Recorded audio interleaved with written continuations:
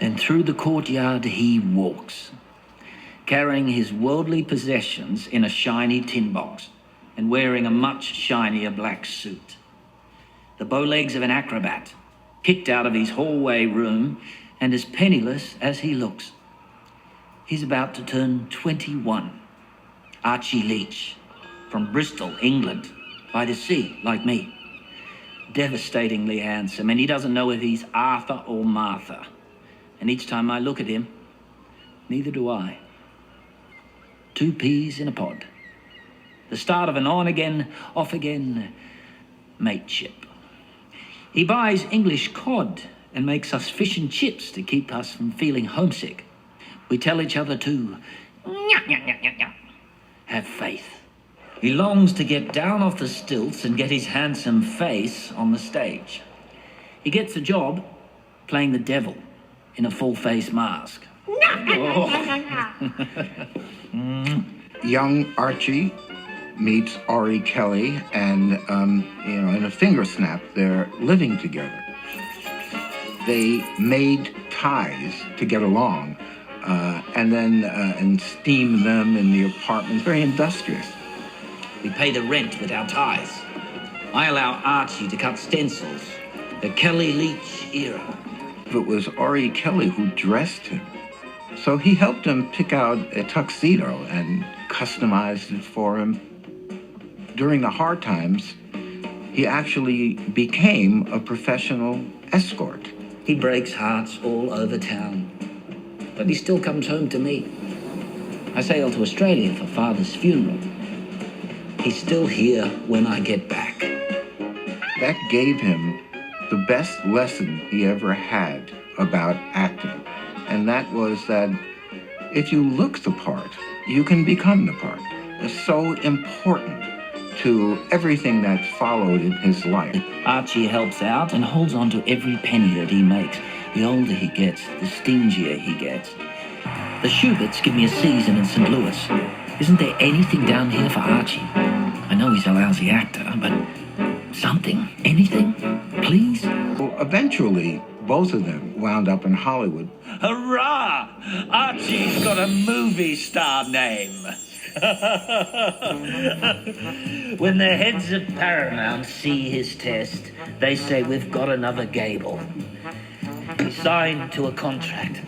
Now, all he needs is to get cast in something. At first we meet for dinner a lot, but Cary's got his head in the stars. And so I get a dog. But what he discovered, and what Archie would soon discover, is that Hollywood wasn't Greenwich Village. Hollywood, at the time when the golden age of cinema was happening, was probably the most homophobic city in not just America, but the world. When Cary Grant meets Randolph Scott, here's Randolph Scott from a wealthy Southern family where he too has to leave Virginia because he's gay. And being gay in the South is like being black in the South. They take a beach house out in Malibu. They did a layout, I think, for Architectural Digest, how beautiful, how tasteful their home is. There are pictures of Cary Grant cooking and both of them weightlifting. Aren't those boys carrying that buddy business a bit too far? Paramount had a fit about all of this. You know, they said, what are you two guys doing? And when the studios would get a little upset, they would throw some starlet at him, and he would take them out, and he would be photographed and play the whole game, opening nights. Oh, yeah, she's very beautiful. And go home to Randolph Scott. Orry never tried to fool anyone, which many people do. And Cary Grant and Randolph Scott did and would never admit it. I don't blame him for not admitting it. Don't do it. I try to warn Virginia that Cary'll break her heart, but she's smitten by the Grant charm. In the case of Cary Grant, he got married to Virginia Cherrill, a very kind of young and innocent starlet. After they come back to the States, Randolph Scott is still there.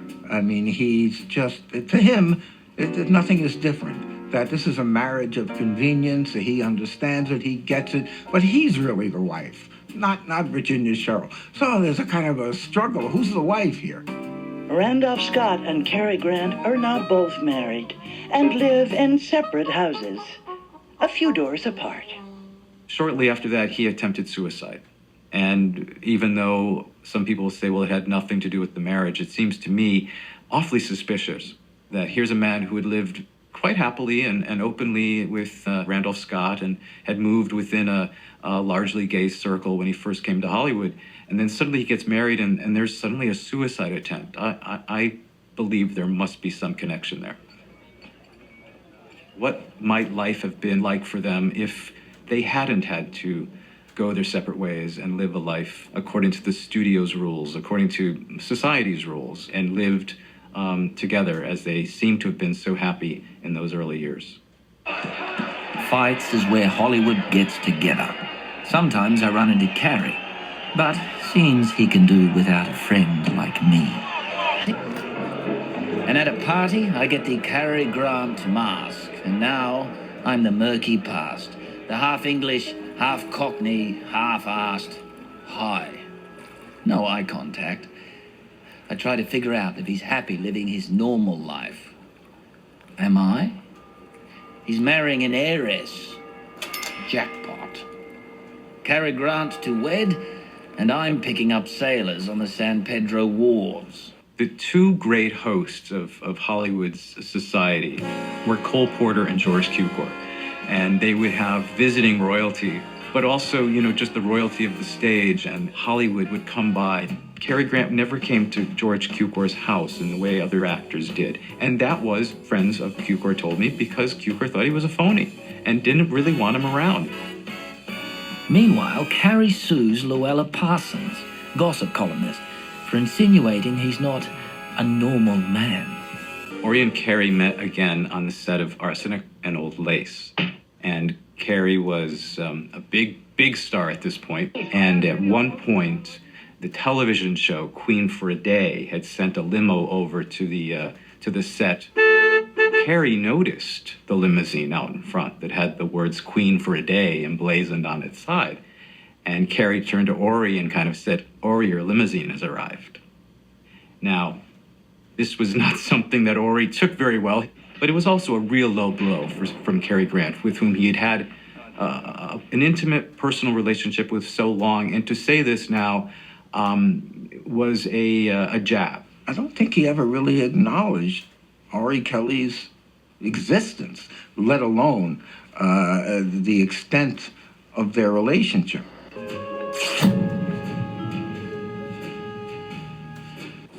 When a man over 40 says he's fallen for a girl of 20, it isn't her youth he's seeking, but his own. Cary Grant to wed. Divorce coming soon. The voice starts up without introducing himself.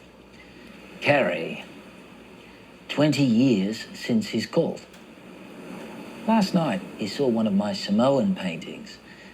He'd like to buy something similar. Where's my studio?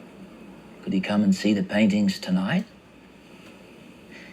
He starts coming round a couple of nights a week after he's finished shooting for the day. One hears he's rather friendless. Anyone not of use has been dropped over the years. But he makes me laugh. It seems possible, delightful, that we could be pals again. Until he asks me, is it true?